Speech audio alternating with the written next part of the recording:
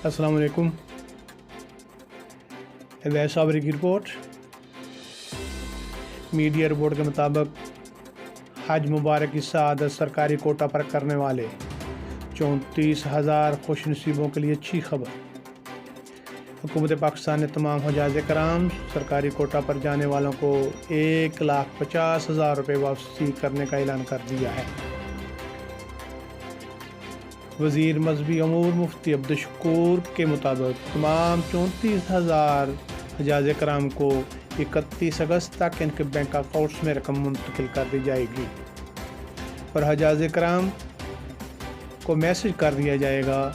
Bank हुकाम को message असली शनाख्ती कार्ड, पासपोर्ट और बैंक रसीद दिखाना होगा।